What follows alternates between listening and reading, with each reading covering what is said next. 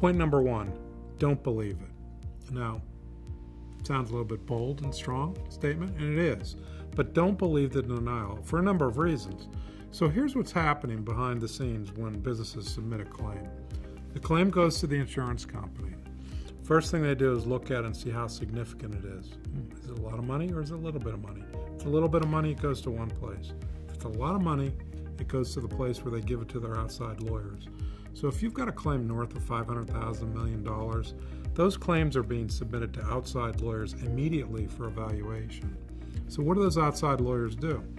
Well, they have a whole series of letters they've worked on over the years with their clients to set forth a basis to deny these types of claims.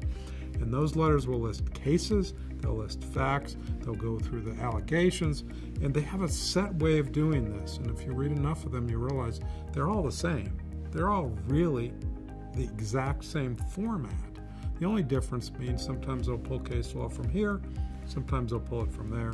Sometimes this policy will have one piece that says one thing and this policy will have another piece, but they put all this together in a package that gives you 3, 5, 10, 15 pages of documentation as to why your claim has been denied. So what's the purpose of doing this? Why do insurance companies do this? Well, I think there's a couple of reasons. Why do they issue these claim denials when there might potentially be coverage? Okay, I think there's a couple of reasons they do it. One is they try to get the policyholder to go away.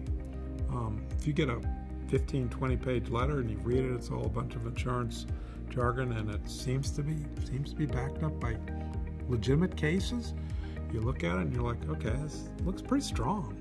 You might give it to your broker. Broker reads it, they say, oh, wow, they're not going to pay it, are they?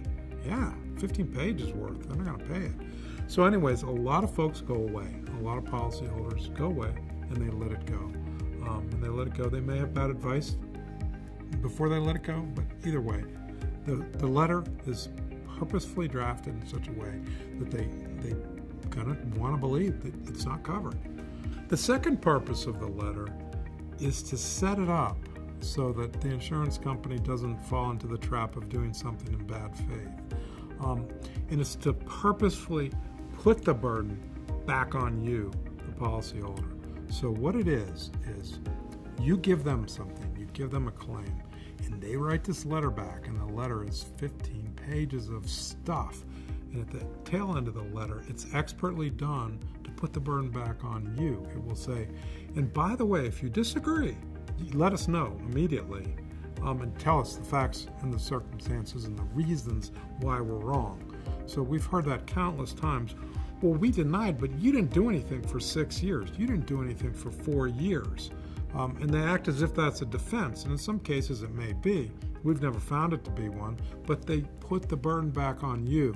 And sometimes they put the burden on you so heavily that there's no way you can do it. So you go away because of that.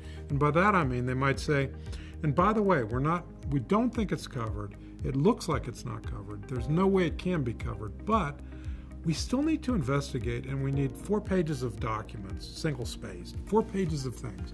We need this from 1923 to present, and we need this from X to present, and we need these documents, we need those documents, we need these financials, we need every lawsuit you've ever had against you, we need this, we need that, we need all emails, and by the time you're done with it, you're like, I can't do this. I can't give them all of this information. I just can't do it. And in the back of your mind, you're like, I don't want to deal with this. So you go away. So anyways, the letters serve a purpose. Point number 1, don't believe them.